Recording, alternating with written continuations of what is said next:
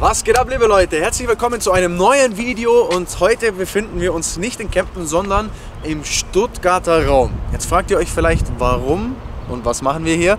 Ich verrate es euch. Wir sind hierher gefahren mit diesem Auto, dem Q7 e-tron. Es ist ein Elektromotor drin, aber es ist ein Hybrid. Und das Thema heute, das ich mit euch anschneiden will, ist rein elektrisches Fahren. Also war die Aufgabe Nummer 1, wir müssen uns ein rein elektrisches Auto besorgen und wir haben das hier. Das hier ist die neueste Generation vom E-Golf.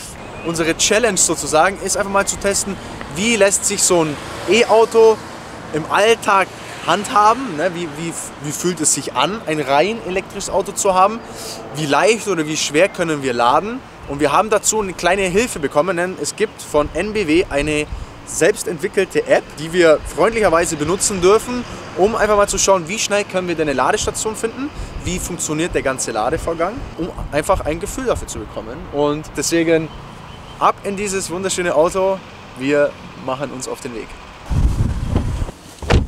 So, bevor wir jetzt losfahren, ist natürlich schon mal die erste Aufgabe, dass wir hier die NBW Mobility Plus App starten. Ne? Jetzt sind wir hier drauf. Ich habe schon auf dem Weg hierher, dann kann ich euch schon mal ein kleines Feature zeigen, auf dem Weg hierher schon mal etwas ausprobiert. Nämlich, man kann mit dieser App eine Fahrt simulieren. Ich bin jetzt hier von Ulm nach Stuttgart gefahren, mit dem E-Golf simuliert und die App selbst zeigt mir jetzt im Prinzip Informationen an. Ne? Das steht jetzt hier drauf, maximales Tempo 187 km/h bin ich gefahren. Das kann dieser E-Golf nicht, also eigentlich war ich zu schnell. Mein Energieverbrauch war ungefähr 18,8 Kilowattstunden. Die Eignung vom Auto ist 80%.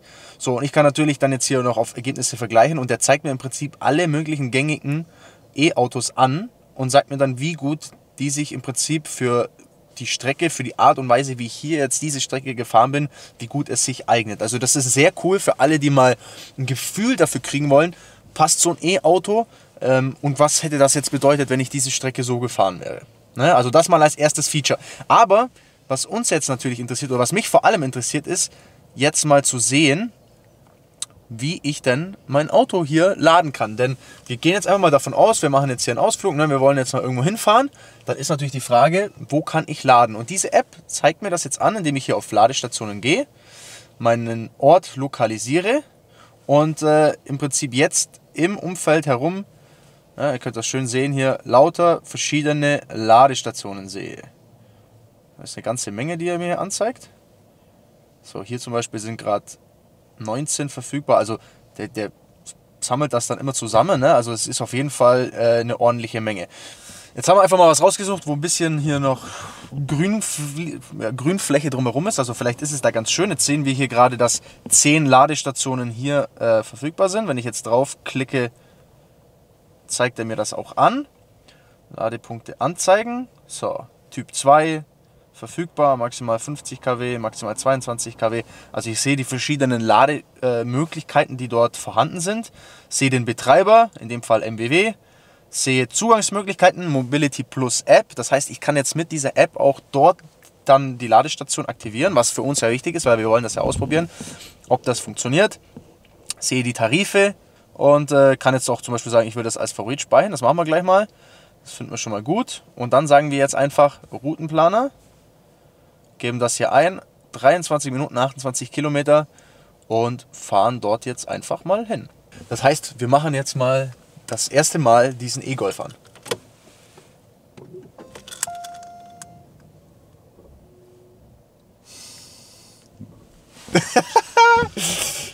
Das ist alles. Ansonsten, es ist nichts anderes hier in diesem E-Golf. Es ist relativ so, wie man einen Golf kennt. Ansonsten sehen wir hier die ganz normale, nicht die ganz normale Anzeige, denn wir haben keine Drehzahlanzeige, sondern eben so eine. Das heißt, wir sehen hier positiv, wenn wir beschleunigen. Ich weiß nicht genau, was die Nummern stehen. Charge natürlich, wenn wir rekuperieren. Hier unten sehen wir noch die Power, die anliegt. Aber ich würde sagen, wir fahren einfach mal los und kriegen mal ein Feeling dafür. Ne?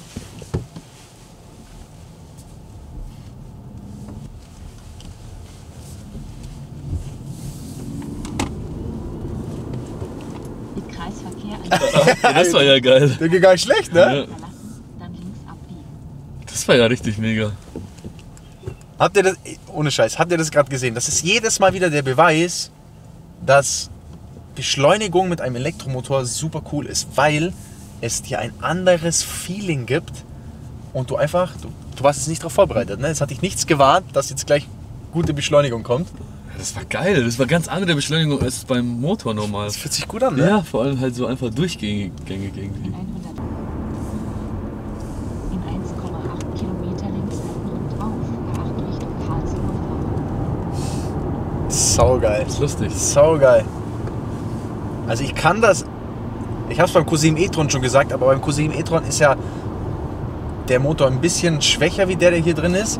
Hier in diesem E-Golf haben wir einen 100 kW Elektromotor mit einem Gang, also durchgängig hast du die Beschleunigung, du hast absolut volles Drehmoment anliegen in dem Moment, wo du ans Gas gehst. Also da gibt es nichts, was ich aufbauen muss, da gibt es keine Verzögerung, du tappst drauf und das Ding schiebt nach vorne und macht Spaß. 248 Kilometer Reichweite haben wir jetzt angegeben. Das ist hier ein Generation 2 E-Golf. Also die erste Generation hatte 24 Kilowattstunden. Die zweite Generation, in der wir jetzt hocken, die hat 38 und ein paar zerquetschte. Das heißt, das ist deutlich mehr. Zum Vergleich, unser Formel E-Auto aktuell hat 28 Kilowattstunden. Und diese Reichweite, die wir hier sehen, die ist natürlich maßgeblich davon abhängig, wie man fährt. Das ist natürlich immer ein Idealwert. Und man muss natürlich dann schauen, dass man einfach sparsam oder, sag ich mal, sinnvoll damit umgeht. Das ist aber nichts anderes wie beim Benziner. Beim Benziner ist es das Gleiche. Der zeigt dir an, du kannst irgendwie 700 Kilometer fahren. Wenn du jetzt aber 250 auf der Autobahn fährst und richtig tappst, dann geht die Reichweite natürlich runter, weil dein Verbrauch steigt.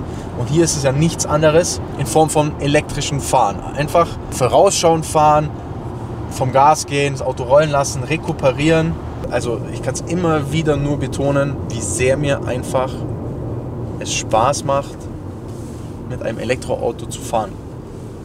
Das Ansprechverhalten bei einem Elektroauto ist einfach sensationell. Das kann kein Verbrenner auch nur ansatzweise schlagen. Jetzt sind wir also an der Raststätte angekommen. Jetzt schauen wir mal, ob wir hier das auch hinbekommen. Hier ist die Tankstelle, die brauchen wir nicht, ne? Tschö. Wir suchen die Ladestation. So, wir halten jetzt hier mal. Was haben wir denn hier an Restreichweite? Restreichweite zeigt er uns jetzt an 185 Kilometer. Können wir ausmachen, das zeigt uns jetzt hier auch nochmal an. Ne? Aktuelle Reichweite 185 Kilometer. Und wir steigen jetzt aus und schauen mal, ob wir es jetzt schaffen, den E-Golf hier zu laden. So, jetzt sind wir hier an der Ladestation angekommen und zu finden war natürlich easy, hat mir die App gezeigt, wo ich hin muss.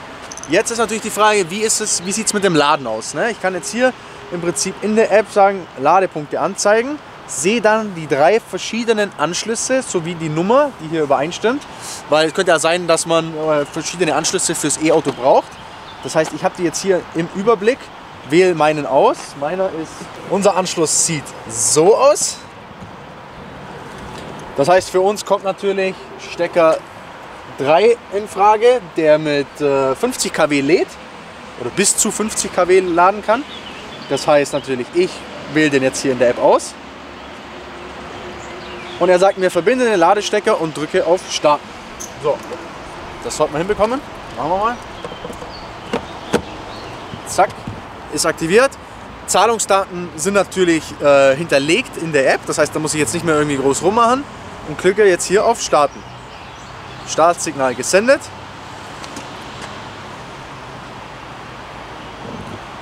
Läuft. Es läuft. Wir zeigen uns hier an, 84% sind geladen. Und das war's. Wir holen uns jetzt einen Kaffee und kommen gleich wieder.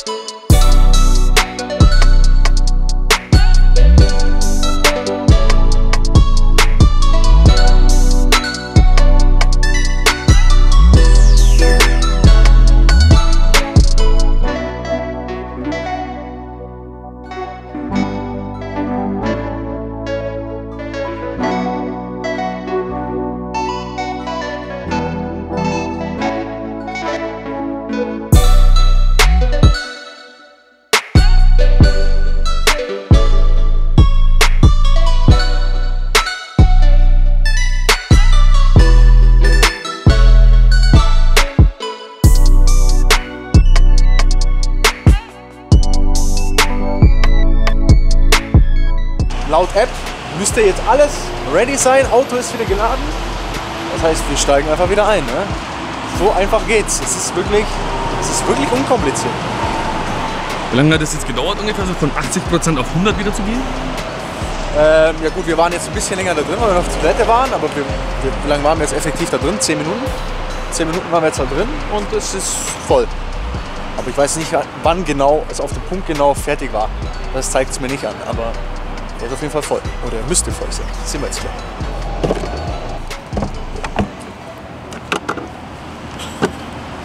Zack, erledigt. So schnell geht's. Unkompliziert, keiner hat mehr gefragt. Man muss nichts mehr machen, man muss nichts mehr bestätigen. Es ist einfach abstecken, danke, tschüss, einsteigen, aufgeladen, fertig. Jetzt fahren wir wieder zurück. So, lala. So, bevor wir jetzt zurückfahren, ne, ich kann natürlich jetzt auch nachschauen, was wir jetzt gerade hier geladen haben in der Ladehistorie. Und das Ganze hat mich jetzt 5 € gekostet. So, die sind weg. Tschüss. Boom. Erledigt. Passiert alles automatisch. Kommt die Abrechnung automatisch. Thema erledigt. Muss ich mir keine Gedanken mehr machen. Und jetzt, wenn wir anmachen, ist er wieder voll. Sachen gibt's. So, dann geht es jetzt wieder weiter für uns. Ein weiteres wichtiges Thema ist auch die Rekuperation. Rekuperation bedeutet dann Energierückgewinnung. Und das ist natürlich ein ganz großer Vorteil beim Elektromotor. Der kann das nämlich. Ne? Also man kann hier Energie zurückgewinnen. Und man schafft es dann wirklich auch, wenn man clever fährt, einfach auch die Reichweite zu erhöhen und über die Rekuperation die Distanz zu verlängern. So, der idealste Fall beim Rekuperieren wäre natürlich, ich sag mal, wenn man fährt, ne, und man sieht ja zum Beispiel, vor einem ist ein langsameres Fahrzeug, dass man da nicht bremst, sondern einfach rekuperiert. Es ist ja hier so, dass der immer rekuperiert, wenn man vom Gas geht, was eigentlich nicht der effizienteste Weg ist. Zum Beispiel im Formel-E-Auto machen wir das so, wir haben ein Pedal am Lenkrad, also im Prinzip genau unterhalb von dem Pedal, wo wir schalten, ist das Rekuperationspedal und wir können dann selbst einsteuern, wann wir die Rekuperation nutzen. Denn nicht immer, wenn du lupfst, möchtest du eigentlich Geschwindigkeit abbauen und rekuperieren. Da das aber natürlich für den normalen Anwender einfach zu kompliziert wäre, wenn ihr jetzt da auf einmal anfangen müsstet, hier am Lenkrad über Hebel zu ziehen, macht man das eben so, dass man sagt, okay, dann rekuperieren wir einfach immer, weil das dann im Normalfall immer noch effizienter ist, wie gar nicht zu rekuperieren und man dadurch aber auch nicht dem Fahrer irgendwie das Fahren erschwert. Also das ist so ein bisschen der Hintergrund dahinter, aber wenn wir noch effizienter sein wollen würden, dann bräuchten wir sowas.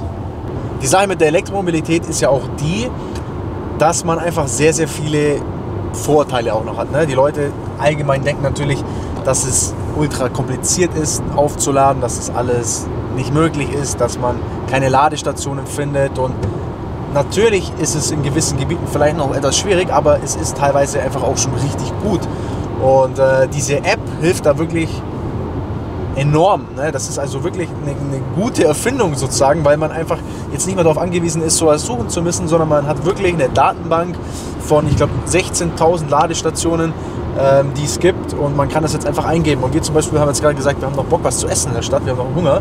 Deswegen haben wir einfach noch jetzt hier was eingegeben und in der Stadt gesucht. So, wir fahren jetzt nach Böblingen rein, habe da eine Ladestation gefunden, habe gesehen, da gibt es ein Thai-Restaurant daneben. Das heißt, wir gucken auch gleich nochmal in der Stadt, ob das auch praktikabel ist, wie dort dann so eine Ladestation ausschaut.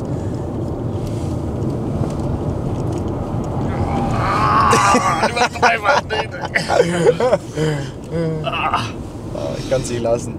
Ja, und dann werden wir gleich mal sehen, ob das da auch so leicht ist, weil jetzt gerade so dieser Vorgang war einfach easy. Es war echt entspannt, muss man ehrlich sagen. Ja, aber schau, passt perfekt. Wir sind jetzt wirklich, ne? Also jetzt sind wir ja wirklich mitten in der Stadt.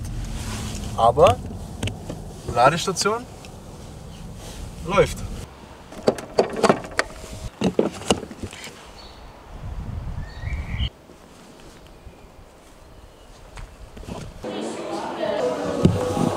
Was ist passiert? Schläge gegangen, oder? Nichts mehr da. So, also wir haben es jetzt heute mal ausprobiert und ich muss wirklich sagen, egal ob jetzt an der Raststätte oder in der Stadt, super unkompliziert mit der App eine Ladestation zu finden, super unkompliziert das E-Auto aufzuladen. Also ich finde das cool. Ich freue mich, dass es so ein bisschen einfach Fahrt aufnimmt, dass dieses Thema E-Mobilität voranschreitet, heißt nicht, und da bin ich auch jemand, der ganz ehrlich ist, dass man immer dieses Schwarz-Weiß denken muss. Ne? Also nur weil ich jetzt zum Beispiel sage, dass ich das cool finde und dass mir das Spaß macht, heißt es nicht, dass ich Verbrenner jetzt nicht mehr mag und andersrum auch nicht. Deswegen glaube ich, muss man da einfach offen sein und es ausprobieren. Und ihr könnt das ja auch ausprobieren, ihr könnt euch die App holen. Weitere Infos gibt es noch in der Beschreibung.